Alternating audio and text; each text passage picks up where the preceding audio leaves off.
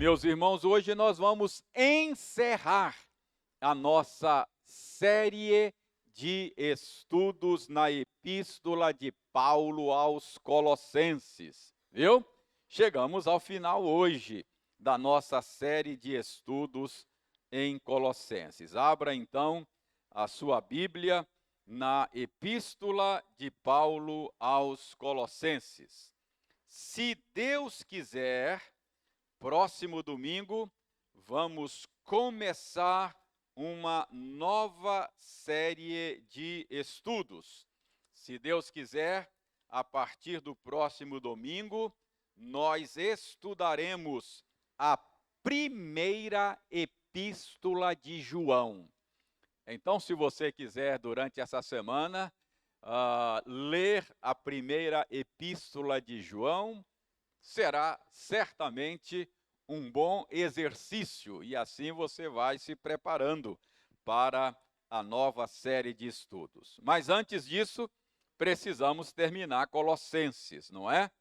Abra então a sua Bíblia na Epístola de Paulo aos Colossenses, no capítulo 4, e nós leremos dos versos 7 a 18. Colossenses 4, 7 a 18. Eu lerei, os irmãos acompanharão aí silenciosamente a leitura que farei. Diz o seguinte, Colossenses 4, 7 a 18. Quanto à minha situação, Tíquico, irmão amado, e fiel ministro, e conservo no Senhor, de tudo vos informará. Eu vou-lo envio com o expresso propósito de vos dar conhecimento da nossa situação e alentar o vosso coração. Em sua companhia, vos envio Onésimo, o fiel e amado irmão, que é do vosso meio. Eles vos farão saber tudo o que por aqui ocorre. Saúda-vos Aristarco, prisioneiro comigo, e Marcos, primo de Barnabé, sobre quem recebestes instruções. Se ele for ter convosco, acolhei-o.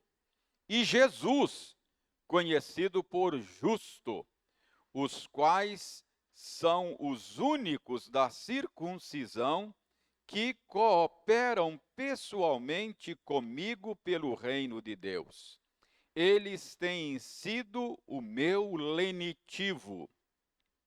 Saúda-vos Epáfras, que é dentre vós, servo de Cristo Jesus, o qual se esforça sobremaneira, continuamente, por vós nas orações, para que vos conserveis perfeitos e plenamente convictos em toda a vontade de Deus. E dele dou testemunho de que muito se preocupa por vós, pelos de Laodiceia e pelos de Hierápolis. Saúda-vos Lucas, o médico amado, e também Demas. Saudai os irmãos de Laodiceia e Ninfa, e a igreja que ela hospeda em sua casa. E uma vez lida esta epístola perante vós, providenciai porque seja também lida na igreja dos laudicenses. E a dos de Laodiceia, lede-a igualmente perante vós. Também dizei a Arquipo, atenta para o ministério que recebestes no Senhor, para o cumprires. A saudação é de próprio punho, Paulo. lembrai-vos das minhas algemas. A graça seja convosco. Então, esta é a última porção aí da Epístola de Paulo aos Colossenses. Irmãos, quando nós estudamos uma carta como esta e chegamos a esta parte das saudações finais,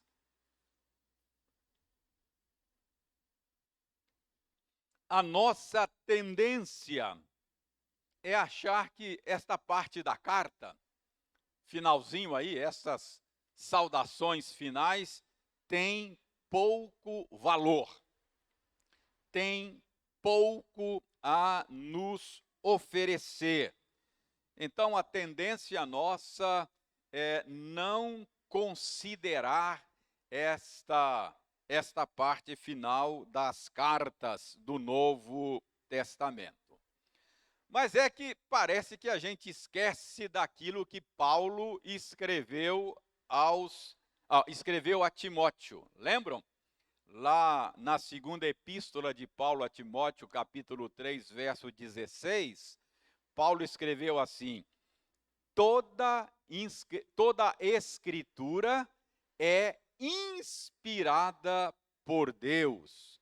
E por isso mesmo, toda escritura é útil para o ensino, é útil para a repreensão, é útil para a correção, é útil para a educação na justiça.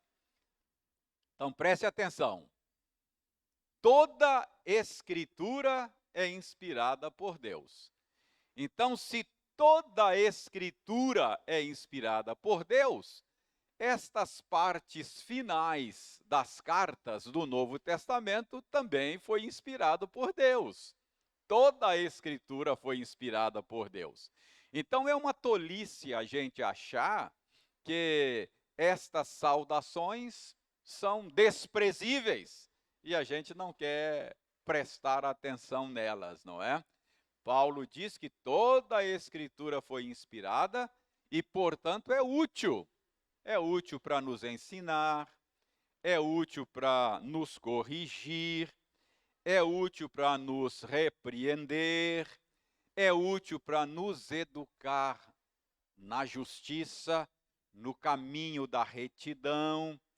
Então, nós não podemos desprezar estas recomendações finais das cartas. Então, hoje nós vamos gastar tempo para analisar, para aprender com o Senhor por meio destas saudações finais aqui da Epístola de Paulo aos Colossenses.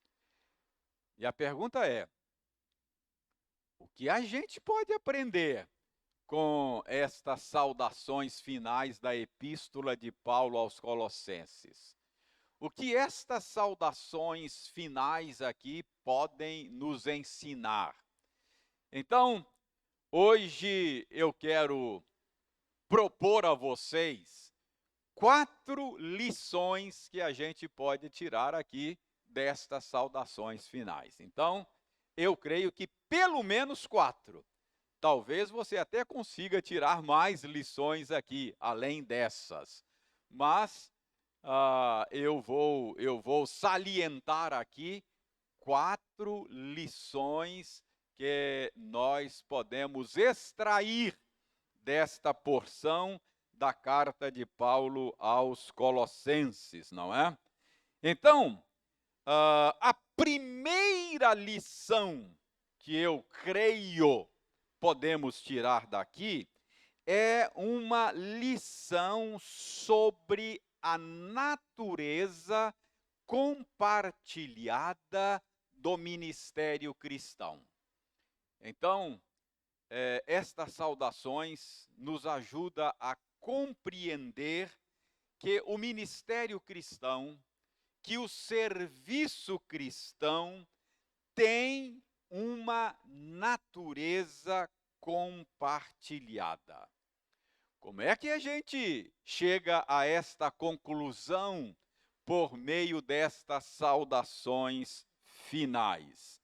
Irmãos, quando a gente lê estas saudações finais aqui de Colossenses, a gente descobre que o apóstolo Paulo tinha em torno de si muitos obreiros colaboradores.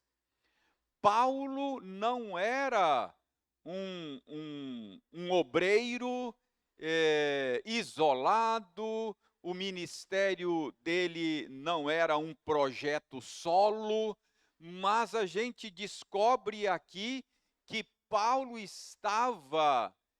era parte de uma rede ministerial ampla. Ele tinha em torno de si uma gama enorme de colaboradores.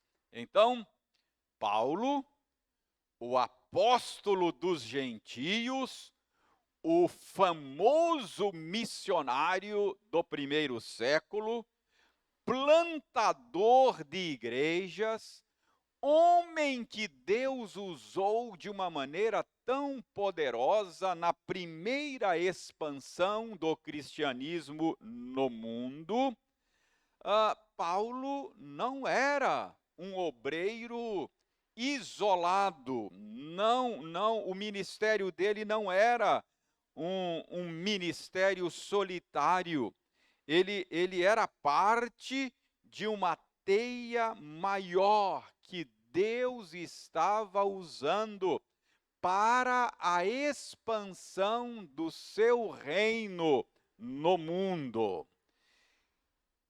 Olhe para o verso 14 e olhe para, ou melhor, verso 10 e 14. Dê uma olhada aí no nosso texto. Colossenses 4, verso 10 e 14. Então, verso 10 diz o seguinte: saúda-vos Aristarco, prisioneiro comigo, e Marcos, primo de Barnabé. Verso 14: saúda-vos Lucas, o médico amado, e também Demas.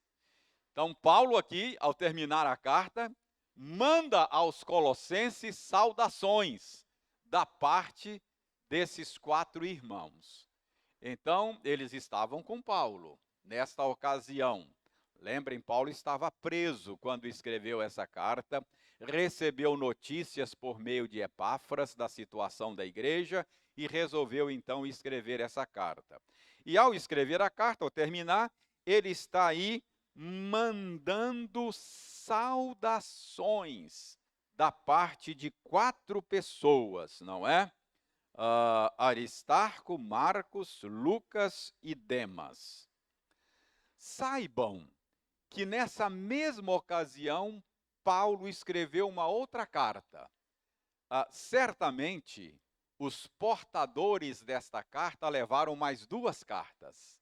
Foram 3 cartas que Paulo enviou, pelo menos 3. Qual foi a outra carta que Paulo mandou juntamente com essa? Carta a Filemon. Lembram? Paulo mandou a carta a Filemon. Aquela carta que ele escreveu a respeito de um escravo fujão, Onésimo, não é? Ele está mandando, inclusive, o Onésimo na companhia do portador desta carta, Tíquico. Então, dê uma olhada na carta a Filemon. Na carta a Filemon, uma carta mais pessoal, uma cartinha bem curtinha, quase que um bilhetinho do apóstolo Paulo a Filemon. Ele faz menção dessas 4 pessoas também. Dê uma olhada no verso 24 da da carta a Filemon. Filemon não tem capítulo, só tem versículos, não é? Então veja aí o verso 24. Ele cita os mesmos 4 irmãos: Marcos, Aristarco, Demas e Lucas. Então Paulo, ao escrever a carta aos Colossenses, manda saudações em nome desses irmãos. E nessa mesma ocasião, ele escreveu a carta a Filemon. E do mesmo jeito, ele manda saudações da parte desses irmãos: Marcos, Aristarco, Demas e Lucas. E como é que ele se refere a esses irmãos na carta a Filemon? Meus cooperadores. Não está aí?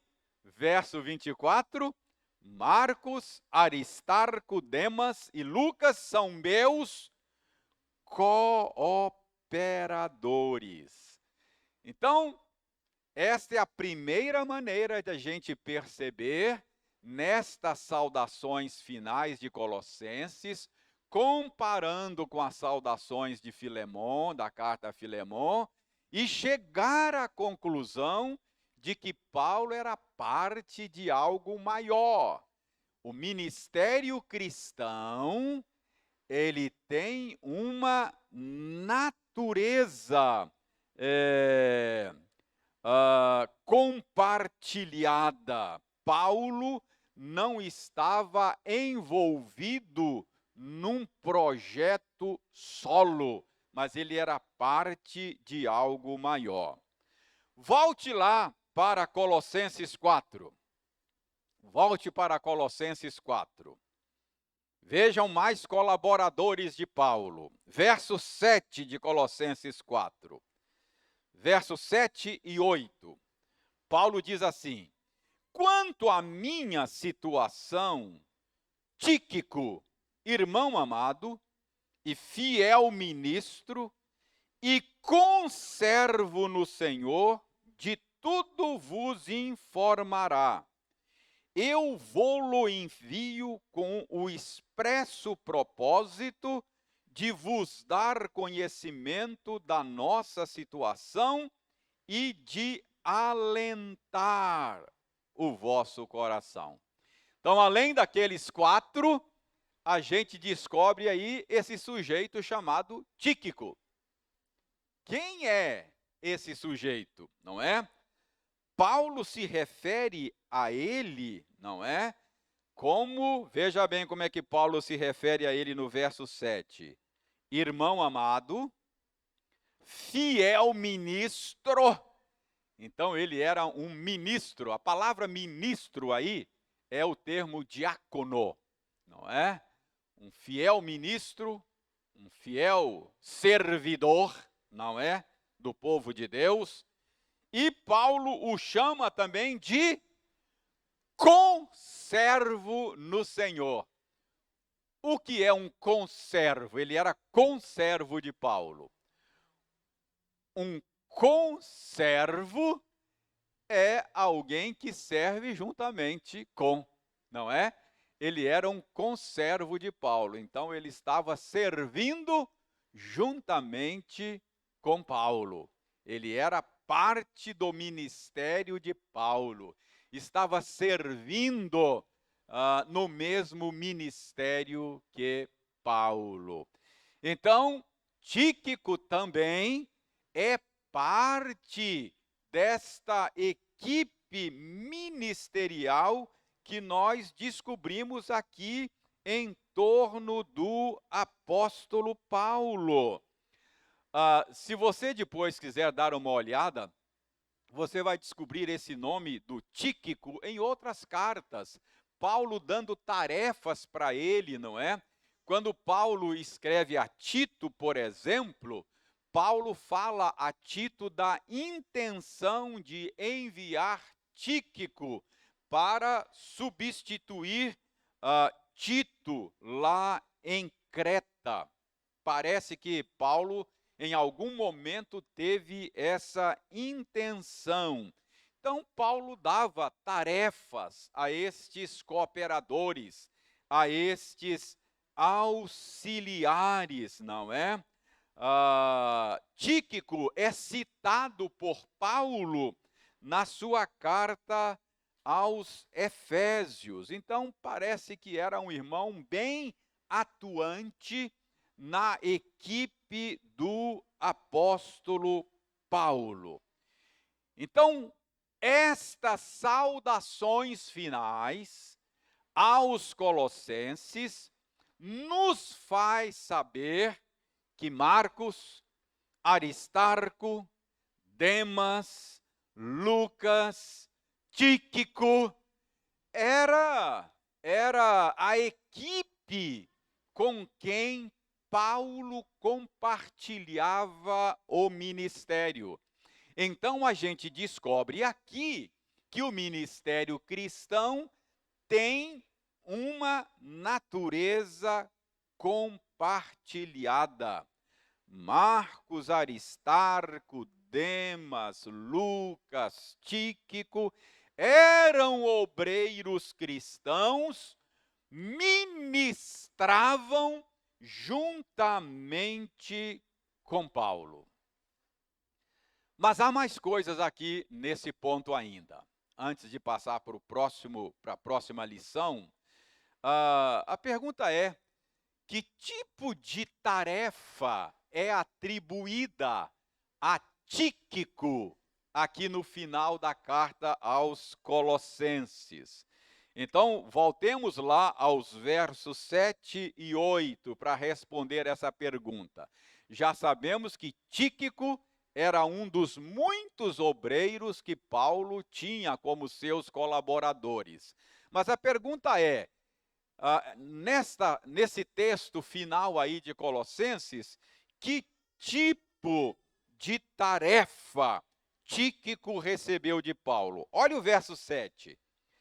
Quanto à minha situação, diz Paulo aos Colossenses, Tíquico, irmão amado e fiel ministro e conservo no Senhor, de tudo vos informará. Eu vou-lo envio com o expresso propósito de vos dar conhecimento da nossa situação e de alentar o vosso coração.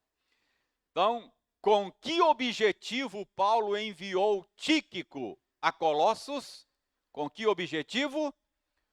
Primeiro, levar informações a respeito da situação de Paulo. Paulo estava preso, aguardando julgamento, não é?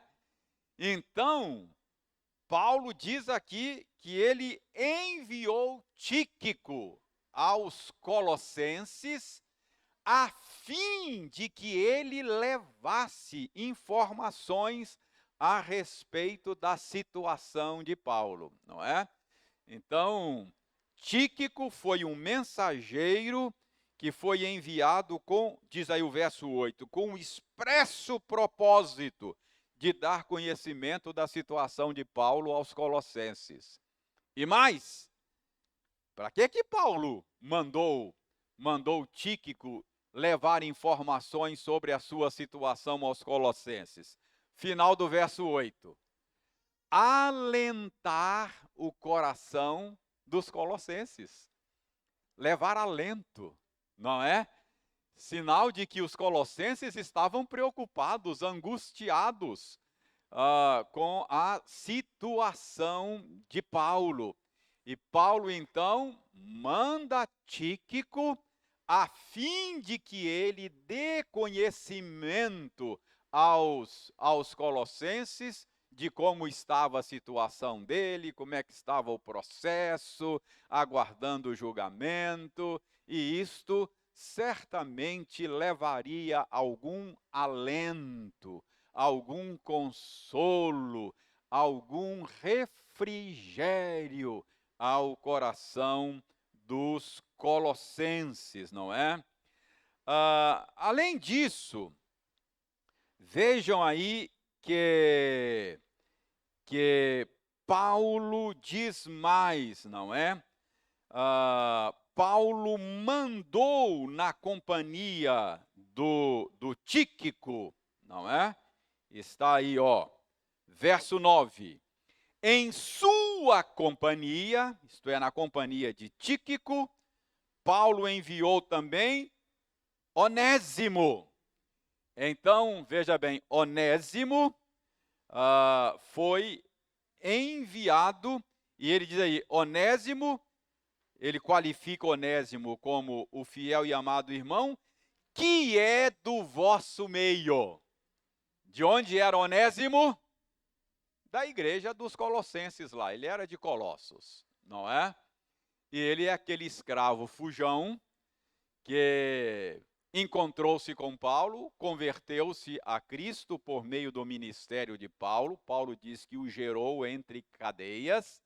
E agora Paulo manda-o de volta na companhia de Tíquico, a fim de que ele acertasse a situação lá com Filemon, que era o seu dono, o seu patrão, não é?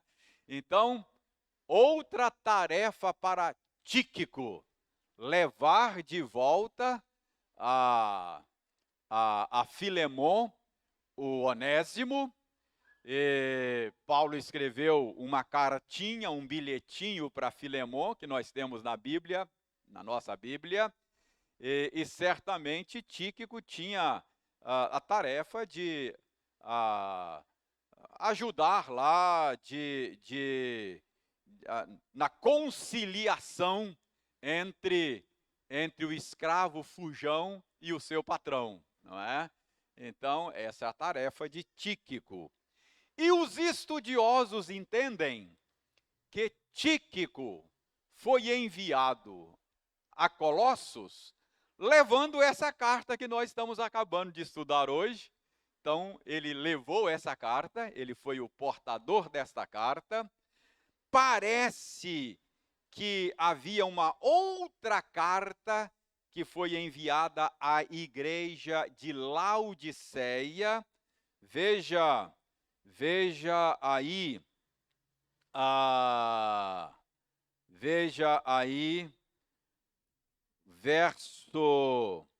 verso 16, diz aí, verso 16 do nosso texto, diz aí, e uma vez lida esta epístola perante vós, então era uma época que você não tinha xerox, você não tinha PDF, não é? Não tinha nada disso.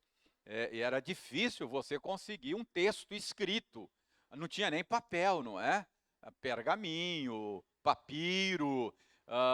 Então, não era fácil ter um texto escrito. Então, esses textos eram lidos assim publicamente. Então, Paulo manda ler a carta aos Colossenses, foi lida para a igreja assim toda, reunida, não é? Então, uma vez lida essa epístola perante vós, veja bem, providenciai porque seja também lida na igreja dos Laodicenses. Laodiceia era uma cidade perto lá, não é? Laodiceia, Colossos, Hierápolis, era tudo juntinho ali. Então, Paulo está dizendo, olha, depois que essa carta que eu estou mandando aí, que é a carta aos Colossenses, depois que ela for lida aí para vocês, providencie para que ela seja lida também para os laodicenses. Agora veja bem, verso 16 ainda. E a dos de Laodiceia, e a carta que eu estou mandando para os de Laodiceia, lede igualmente perante vós. Então, Paulo mandou duas cartas, uma aos Colossenses, uma aos Laodicenses. Aí Paulo diz, depois que vocês lerem essas cartas, vocês trocam, não é? A carta aos Colossenses para ser lida para os Laodicenses e vice-versa. Então, por que eu estou dizendo isso? Parece que o Tíquico foi portador dessas duas cartas e do bilhetinho a Filemon, da carta a Filemon. Então, muito provavelmente, o Tíquico levou consigo para Colossos estas três cartas. Então, o que nós vimos até aqui? Paulo não era um ministro solitário. Paulo não trabalhava sozinho. Paulo tinha no seu entorno um leque enorme de cooperadores. Um desses cooperadores é Tíquico. E nós vimos aqui que Paulo deu a Tíquico estas tarefas: portador de carta, levar consigo um escravo fujão e levar informações a seu respeito à igreja de Colossos.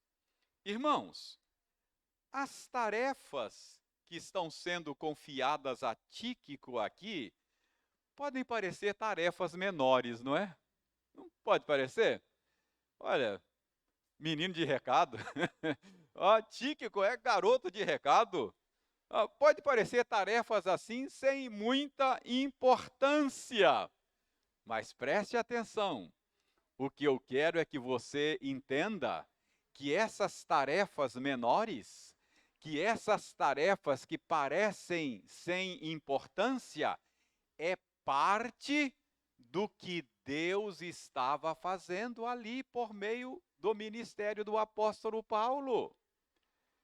Então eu posso dizer que as igrejas de Laodiceia, que Onésimo, que Filemon, que a igreja de Colossos foram objetos da graça de Deus, foram abençoadas por Deus, não apenas pelas mãos de Paulo, mas também pelas mãos de Tíquico, que estava realizando tarefas tão pequenas, tão simples e aparentemente sem importância. É assim o ministério cristão. O ministério cristão tem uma natureza compartilhada e mesmo tarefas simples, aparentemente sem importância, é de grande valor naquilo que Deus está fazendo no meio do seu povo. Entendeu o que nós podemos aprender aqui? Outro dia eu estive pensando nisso. Outro dia eu estava vendo alguém alguém que não é da nossa igreja, assistiu ao culto na internet e compartilhou no Facebook dele, ou dela, compartilhou lá, pegou aquele link, não era o link só do sermão que o Pedro posta depois, não. Uma vez exibido lá ao vivo, já fica lá. Aí ela a pessoa compartilhou aquele link e pôs uma legenda assim: fui muito abençoada por esse culto hoje. E compartilhou no Facebook.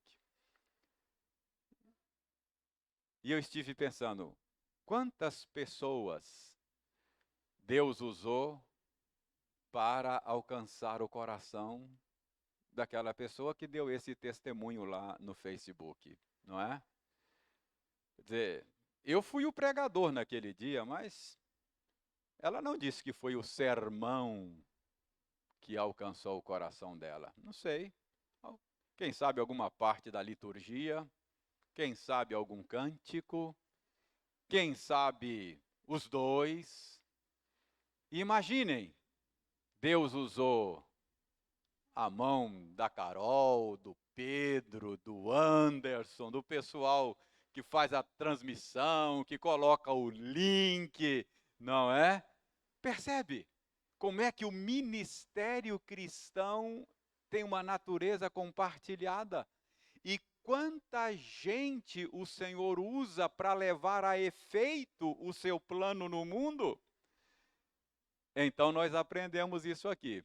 Paulo não estava sozinho, não era um obreiro solitário, ele tinha no seu entorno um punhado de gente, um punhado de colaboradores, fazendo muitas vezes tarefas simples, pequenas, sem importância.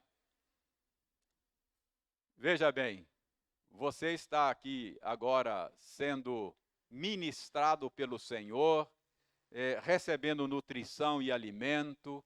Tem gente em casa recebendo por meio da transmissão na internet. Mas eu não sou o único instrumento que Deus está usando aqui. Eu não coloquei microfone aqui, eu não abri o templo, eu não liguei ar-condicionado, eu não mandei link, eu não fiz nada disso. Então nós somos uma equipe que Deus está usando para a expansão do seu reino no mundo. Então, não há lugar entre nós para complexo de superioridade, eu sou o cara, eu sou o tal, e nem há lugar entre nós para complexo de inferioridade. O que eu faço não é importante. Se o link não tivesse sido mandado lá no WhatsApp, você que está recebendo agora a instrução bíblica, não estaria recebendo. Entendeu? Pode ser uma tarefa muito simples, mandar o link. Uma tarefa muito simples, mas extremamente importante para aquilo que Deus está fazendo. Então, estas saudações finais de Colossenses nos ensina isso. Essa é só a primeira lição, a natureza compartilhada do ministério cristão. Mas há mais lições aqui. Eu falei que eu vou tirar 4, então vamos correr.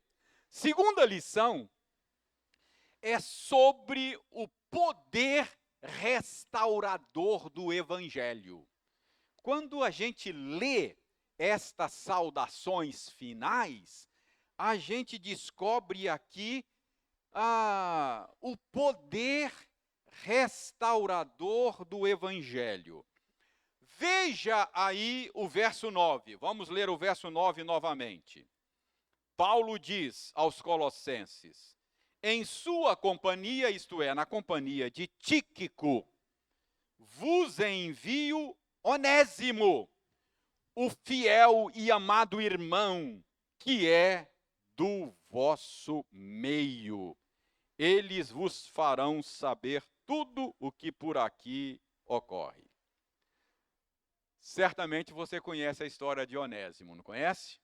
É aquele escravo fujão, que Paulo se encontrou com ele, conheceu a Paulo, não sei como, na prisão, se ele conhecia Paulo, se ele foi visitá-lo, ou não sei exatamente como, a Bíblia não diz, mas Paulo diz que o gerou lá, ou seja, ele foi alcançado pela graça salvadora, e agora, depois que Onésimo é alcançado pelo poder do Evangelho, Paulo o manda de volta, está mandando de volta a Filemon, e Paulo escreve aquela cartinha lá a Filemon, dizendo: Filemon, receba aí Onésimo agora, não como escravo, mas receba como irmão em Cristo.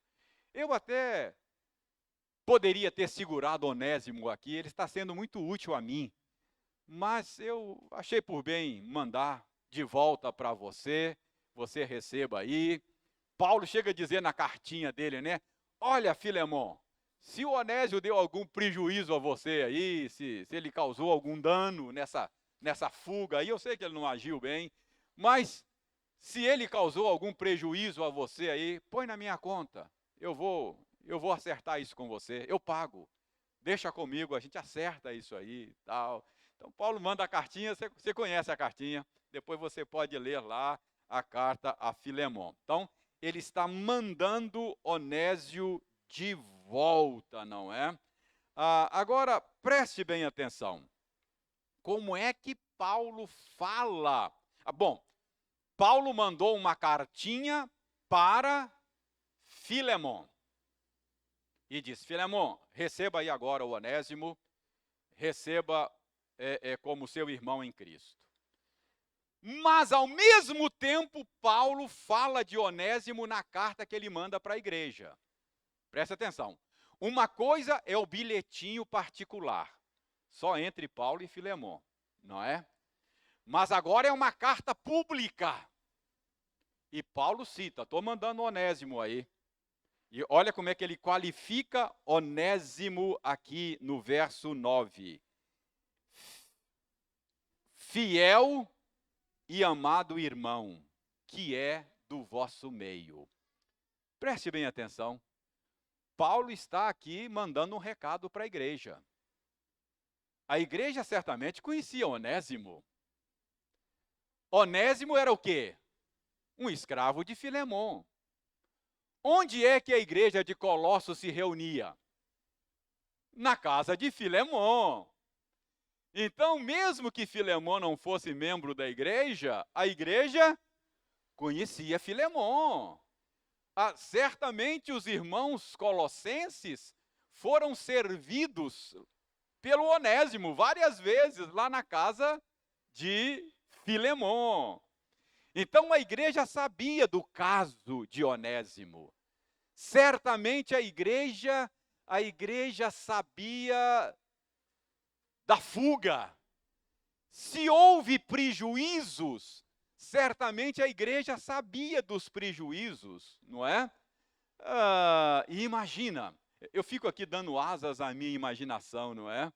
Quando Onésimo fugiu, e Filemon parece ser um homem amoroso, hospitaleiro, compassivo. É assim que Paulo fala dele no bilhetinho.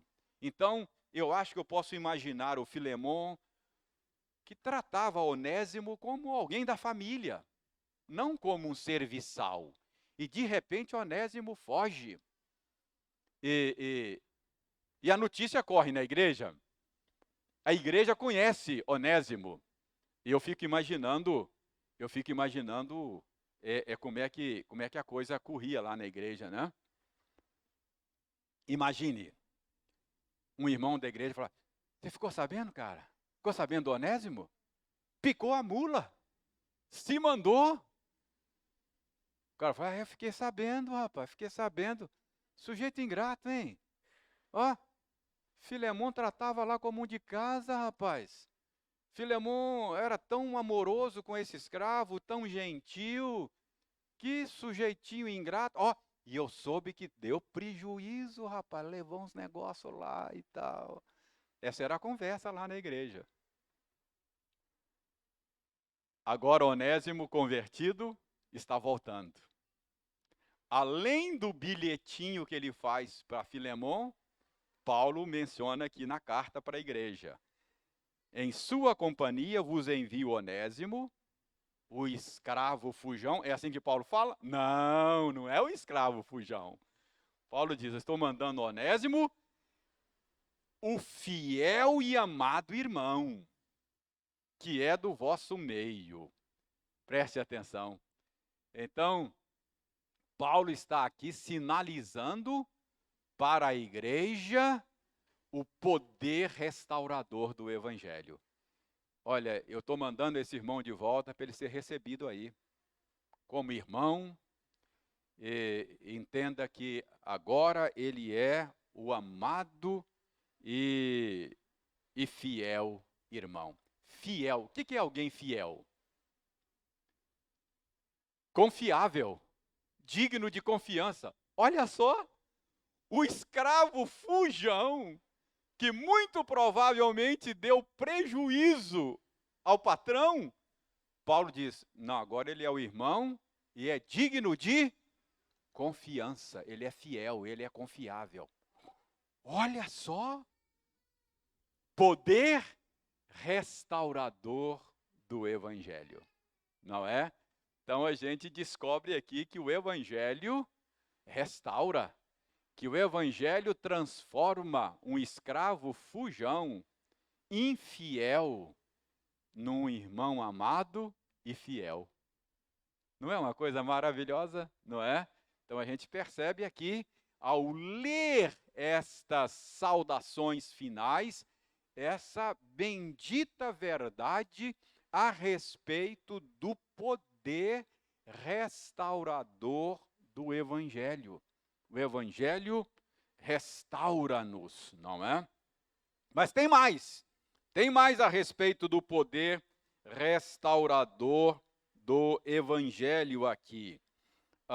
Dê uma olhada, outro exemplo aí, no verso 10. Dê uma olhada no verso 10. Olha só.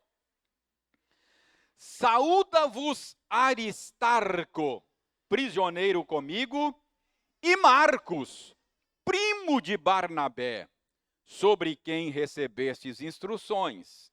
Se ele for ter convosco, acolhei-o. Preste atenção, para entender isso aqui, para entender esse ponto aqui, esse outro exemplo do poder restaurador do Evangelho, abra no livro de Atos.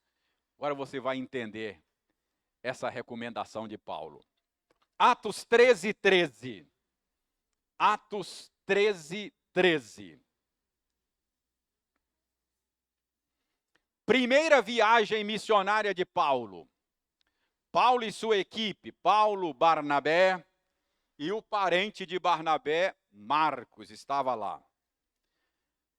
Atos 13, 13. E navegando de Pafos, Paulo e seus companheiros dirigiram-se a Perge da Panfilha. João, esse João aqui é o Marcos, é João Marcos o nome dele. João, porém, apartando-se deles, voltou para Jerusalém, onde morava sua mãe.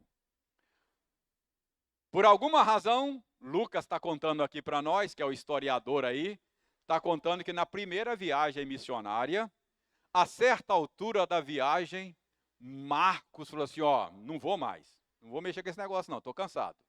Não sei por quê, não sei se foi cansaço, não sei se houve alguma decepção, não sei o que problema que houve, não sei se ficou com medo da perseguição, não sei exatamente se foi covardia. O fato é que ele deixou a equipe no meio do caminho e voltou para casa. É isso que o Lucas está dizendo aí.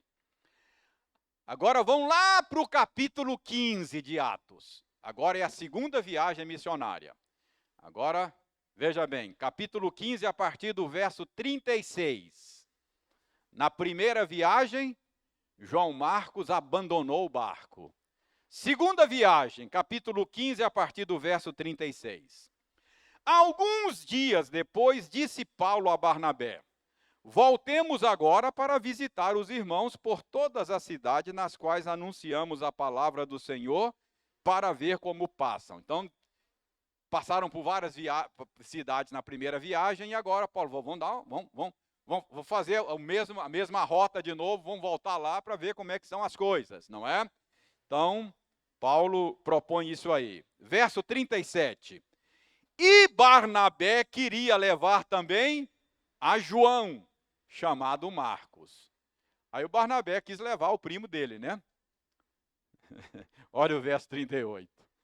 Mas Paulo não achava justo levarem aquele que se afastara desde a Panfilha, não os acompanhando no trabalho.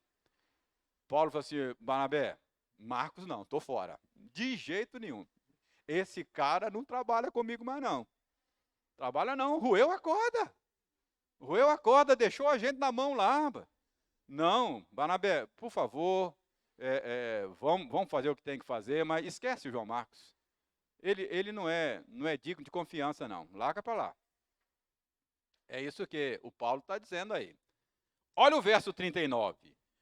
Houve entre eles tal desavença.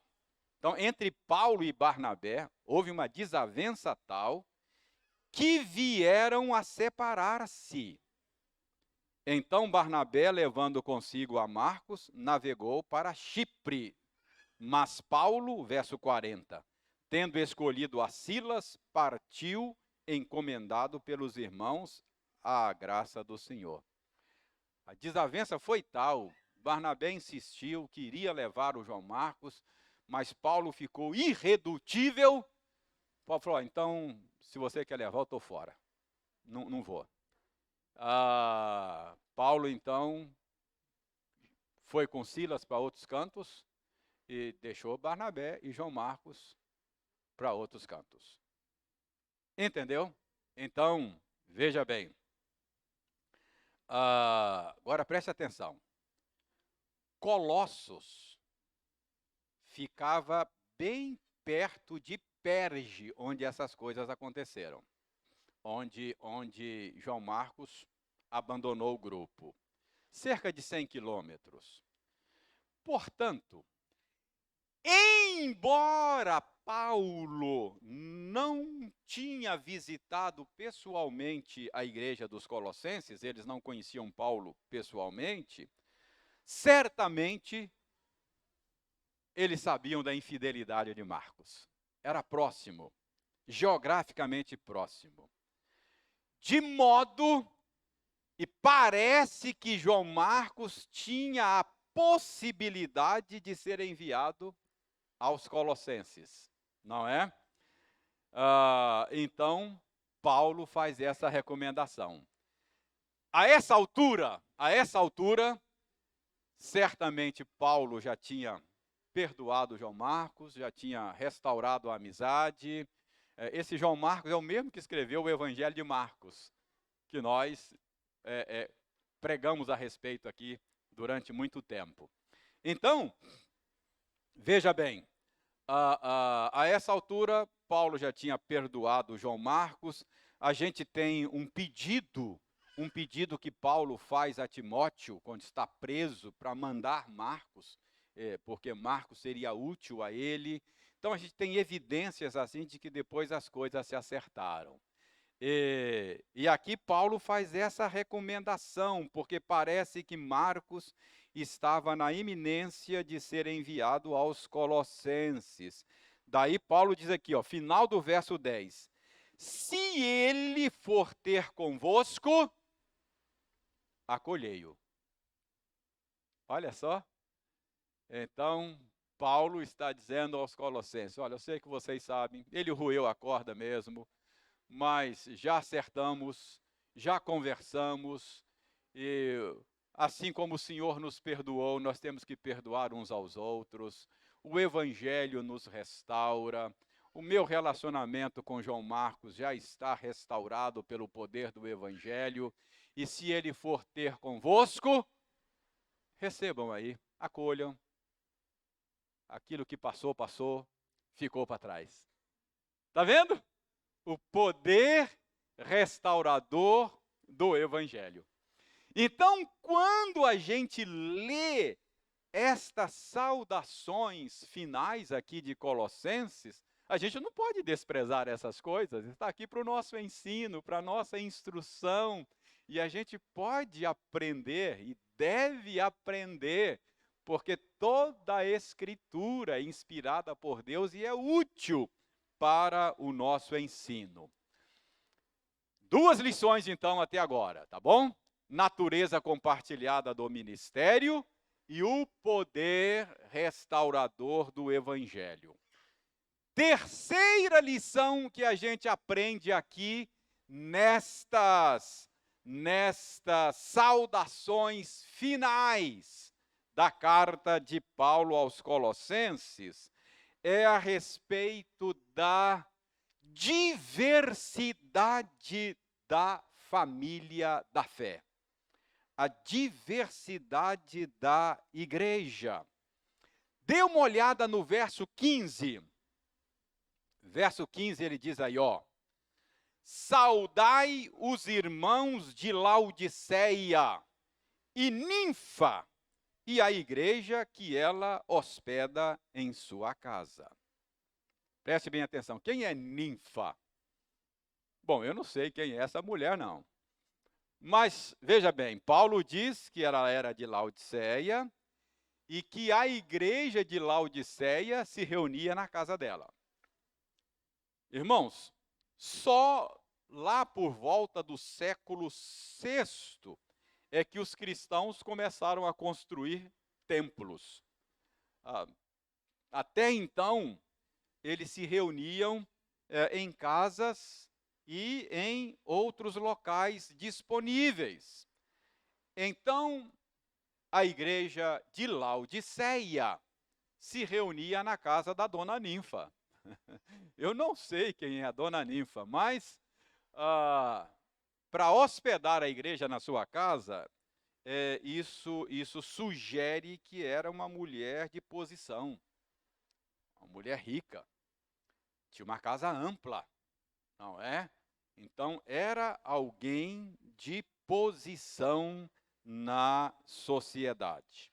Então, a gente percebe aí que a igreja é composta de gente como a dona Ninfa e de gente como Onésimo, escravo fujão, não é? Olha só a diversidade. Gente rica e gente pobre, não é? A gente percebe isso aqui. Dá para a gente ter uma ideia dessa diversidade. No verso 11, a gente fica sabendo aí que havia crentes aí, citados por Paulo, que era gente da circuncisão. O que é isso? Gente da circuncisão. Judeu, não é? Gente, crente judeu, de origem judaica, gente da circuncisão. E mais embaixo, no verso 14, nós temos Lucas, gentio, não é? Então, judeus e gentios, pobres e ricos, são um na família de Deus, em Cristo Jesus, não é? Além disso, havia indivíduos com dons e com vocações diferentes, diversas, não é? Nós vamos ver aí embaixo Arquipo, que era pastor, Lucas, que era médico, a gente vê aí gente de renome como Barnabé, é citado aí, e tem um tal de Jesus aí, Jesus, o justo. Jesus era um nome comum na época, não é? Então, tal de Jesus aí, o justo.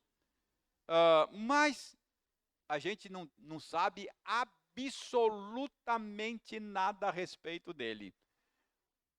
Um cidadão anônimo, não é? Então, tinha gente de destaque, Barnabé, e gente anônima, como Jesus o justo. Irmãos, o que isso ensina para nós, irmãos? A igreja, ela é diversa. O povo de Deus é marcado por diversidade. Preste bem atenção. Não há unidade. A igreja tem unidade. Nós somos um em Cristo Jesus. Mas você precisa fazer diferença entre unidade e uniformidade. Não tem uniformidade. Nós não somos uniformes. Nós somos diferentes. Diferentes dons, diferentes talentos, diferentes aptidões, diferentes posições sociais. Deus ama a diversidade. Agora existe unidade. A mais bela figura disto é o corpo humano que o Espírito Santo usa para falar da igreja, o corpo de Cristo. Cristo cabeça e nós somos membros desse corpo. Não há uniformidade no corpo humano, os membros do corpo são exatamente iguais? Exercem todos a mesma função? Não tem jeito. O olho é bem diferente do nariz, não é verdade? E exerce funções bem diferentes, não é verdade? Então, não há uniformidade. São membros diferentes com diferentes papéis. Não há uniformidade, mas há unidade. Os diferentes membros formam uma unidade, um organismo, um único corpo, não é? Então, nós somos diversos, diferentes, mas pela graça de Deus em Cristo, formamos um único organismo, a família de Deus, o corpo de Cristo. Irmãos, a gente precisa pensar nisso. A igreja é o lugar de você aprender a conviver com os diferentes. O que nos separa não são as nossas diferenças. Sabe o que nos separa? Pecado. É o pecado que nos separa, não é? Aí a gente começa a usar as diferenças para querer sobrepor ao outro, encher-se de orgulho, humilhar o outro. A gente começa a olhar para as diferenças como motivo de inveja um do outro e fica ressentido e com raiva porque Deus deu a ele e não deu a mim. Sabe, eu creio que na eternidade vai ter diferença entre nós. Nós vamos continuar sendo diferentes. O que não vai ter é pecado. Eu vou apreciar a diferença e vou me alegrar com aquilo que você tem e apreciar. Olha que beleza que Deus fez ali. Percebe? Então, o problema não são as nossas diferenças, o problema é o nosso pecado. É que a gente usa as diferenças, não é? Cristo veio exatamente para derrubar esses muros de separação entre nós. Ele nos reconciliou com Deus e nos reconcilia uns com os outros. Então, esse é o exercício. Olha, eu acho que esse é um dos problemas da pandemia e da igreja virtual. Eu acho que esse é um dos problemas. Porque na rede social, lá no meu mundo virtual, eu elimino quem eu quiser, né? Eu não gosto, eu bloqueio. É assim que eu faço, né? Só tá na minha rede social e só posta lá na minha timeline quem eu quiser. Eu tiro fora. Falou do que eu não gosto, sai fora. Não é? Então, a igreja virtual, eu seleciono com quem eu quero conviver. Na igreja real, não. Irmão, a gente não escolhe. Não é assim? Mesmo irmão biológico, Deus nos dá e a gente tem que conviver com ele. É assim. E a gente precisa disso, a gente precisa do diferente. A gente precisa, é isso que faz a gente crescer. Não é? E mesmo no contexto de pecado, a gente pisa no pé um do outro, e aí o pecado vem à tona, e aí a gente precisa exercer a misericórdia, aprender a perdoar, aprender a ser paciente. É na igreja real, é no meio dos diferentes que a gente vai sendo aperfeiçoado. O problema é que aqui a gente é narcisista, não é? A gente acha feio o que não é espelho, não é? A gente quer recriar todo mundo a nossa imagem e semelhança, não é? Quero que todo mundo seja a minha cara. Não. Tem que ter a cara de Cristo e não a minha. Não é verdade? O padrão é Cristo e não eu. Então a gente precisa aprender isso. A gente aprende isso aqui. Nessas saudações finais da carta aos Colossenses, Deus está nos ensinando a diversidade do corpo de Cristo. Então a gente vê essas pessoas aqui recebendo saudações, enviando saudações, a gente vê quão diverso é esse universo da igreja, do corpo de Cristo, da família de Deus. Que Deus nos ensine a apreciar a diversidade, a conviver com o diferente, não é? Faça esse exercício, seja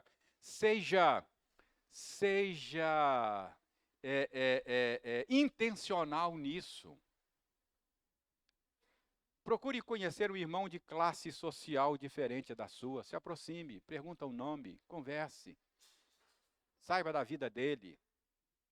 Idades diferentes. Jovem, um dia sente com o irmão idoso, tome iniciativa, converse um pouco com ele. Irmão idoso, tome iniciativa, assente com o adolescente, comece a conversar com ele, puxe conversa, transponha barreiras, entendeu? Isso é um exercício de fé. É uma maneira de você exercitar a fé, a paciência, aprender a conviver com o diferente. Tá bom? Ok? Finalmente, eu tenho 4 minutos para lhe dar a quarta lição. A quarta e última lição que nós aprendemos aqui nestas saudações finais é a lição a respeito das atuais imperfeições da igreja. Ok? Veja bem. Dê uma olhada no verso 14. O que diz aí no verso 14? Diz o seguinte: saúda-vos Lucas, o médico amado, e também Demas. Quem é esse Demas?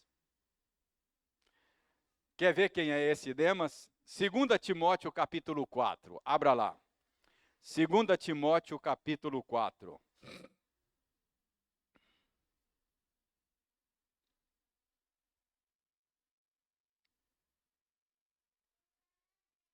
Segunda Timóteo 4, 9 e 10.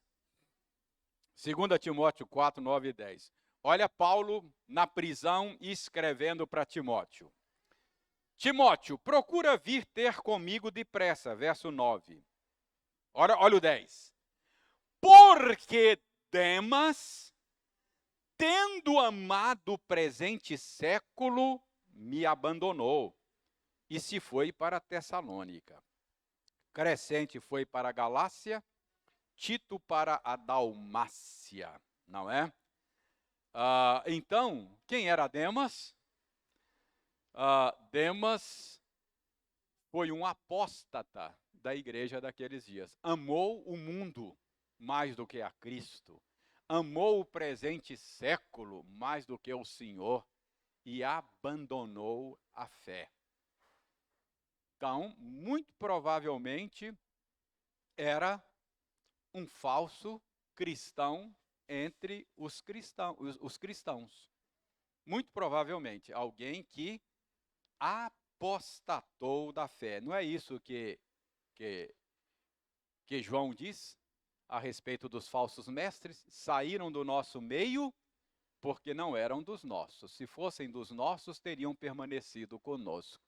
Mas saíram do nosso meio exatamente para que ficasse claro que não eram dos nossos. Então, a gente vê aí a presença de Demas.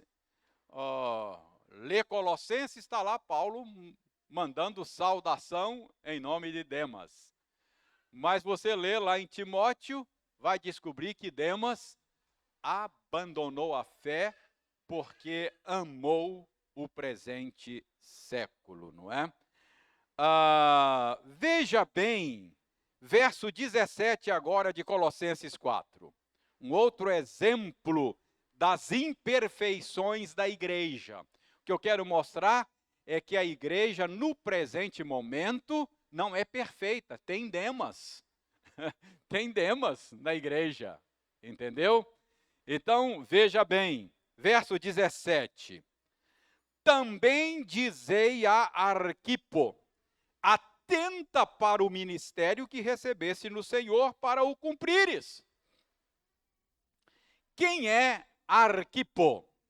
Irmãos, muito provavelmente Arquipo era um filho de Filemon. A gente descobre isso na carta a Filemon. Muito possivelmente fosse um filho de Filemon e que era um líder, um pastor da igreja, não é? Em Colosso. Muito possivelmente ele estava substituindo Epáfras, porque Epáfras foi ter com Paulo, o que provocou essa carta. Então, o filho de Filemon. Por que eu estou dizendo que é filho de Filemon? Abra Filemon aí, só para você ver onde é que a gente tira isso. Abra Filemon. Veja bem. Verso 1 de Filemon. Paulo, prisioneiro de Cristo Jesus, e o irmão Timóteo, olha a carta endereçada. Ao amado Filemon, também nosso colaborador. E aí o verso 2. e a irmã Áfia e a Arquipo, nosso companheiro de lutas, e a igreja que está em tua casa. Então, alguns acham que Áfia é esposa de Filemon e Arquipo, filho dele, e a igreja de Colossos se reunia na casa de Filemon. E com a saída de Epáfras para visitar Paulo, Arquipo assumiu lá a liderança, o pastorado. Parece que é isso. Agora preste atenção. Paulo está escrevendo a esse Arquipo aí no verso 17. Também dizei a Arquipo: atenta para o ministério que recebeste no Senhor, para o cumprires. Essa palavra de Paulo parece uma advertência, né? Parece que o Arquipo estava sendo relapso. Parece que o Arquipo estava, sei lá, ou desanimado, não estava cumprindo bem o seu papel. E aí Paulo, no finalzinho da carta, fala: pessoal, diga para o Arquipo aí que eu fiquei sabendo que ele está deixando a desejar. Então fala com ele aí para cumprir bem o papel, o ministério que Deus deu a ele aí. O Epáfras não está aí, fala com ele para não deixar a peteca cair aí não. Percebe? Então parece que Paulo está encorajando alguém que está desanimado, ou corrigindo alguém que está relapso. Mas o ponto é, o que eu quero mostrar aqui, é que a igreja, no seu atual estado, ela tem imperfeições, ela tem demas, ela tem pastor que fica desanimado, que pisa na bola, pastor que não cumpre bem o seu papel, Arquipo. Então, tudo isso mostra que a igreja, no presente momento, não é perfeita. Irmãos, isso é muito importante, porque tem gente que tem uma visão romântica da igreja e acaba se decepcionando. Você não pode ter uma visão romântica da igreja. Eu não estou justificando aqui a feiura da igreja, mas eu estou dizendo que ela não é perfeita ainda. Jesus não morreu pela igreja por ela ser perfeita. Paulo diz que ele morreu pela igreja para torná-la perfeita, sem ruga, sem mácula. Mas ela só estará assim, sem ruga, sem mácula, perfeita, na consumação dos séculos. Enquanto isso não acontecer, não tem jeito. Nós precisamos aprender que a igreja tem as suas imperfeições. Então, é assim, leia lá a igreja. A gente fala muito da igreja primitiva, não é? E etc. Aquilo que era igreja, não é assim? E Ananias e Safira? Que tal? É assim, irmãos. Tem demas na igreja, ou seja, a igreja tem gente que não é nascida de novo, está na igreja, tem, por isso ela é imperfeita. E mesmo aqueles que já nasceram de novo, ainda tem imperfeição. Aquele que começou a boa obra em vós, há de completá-la quando? No dia de Cristo. Mas, por enquanto, ele ainda está trabalhando em você e em mim. Por isso, a igreja tem imperfeições. Então, a gente não pode ter uma visão romântica. Mas a gente não pode ser pessimista. Porque Paulo diz: eu estou plenamente certo, eu tenho toda a certeza que aquele que começou a boa obra vai completar. A igreja não é perfeita, mas eu tenho certeza que ela vai ser. Entendeu? Por quê? Por causa de Cristo. Por causa de Cristo. Ele viu, diz Isaías, ele viu o resultado do penoso trabalho da sua alma e ficou satisfeito. Ou seja, o sangue dele não foi em vão. Você vai chegar lá. Seremos perfeitos. O Senhor jurou e o Senhor cumprirá o que ele jurou. Entendeu? Então a gente não pode ter uma visão romântica, mas a gente não pode ser pessimista, tem que ter esperança, porque o Senhor que começou a boa obra vai completá-la. Então, lendo aqui estas saudações finais, a gente descobre Demas, que apostatou, e descobre um pastor que parece que estava sendo relapso, estava pisando na bola e Paulo teve que chamar a atenção dele. Entendeu?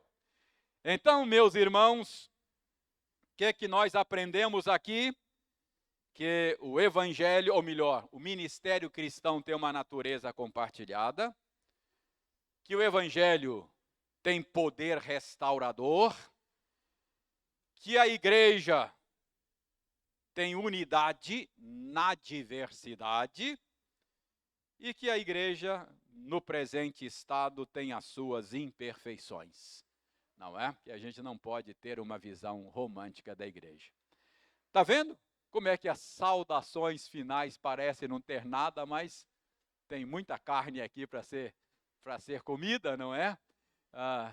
Que Deus nos abençoe, que Deus nos ajude. Graças a Deus por concluirmos assim o estudo da carta de Paulo aos Colossenses.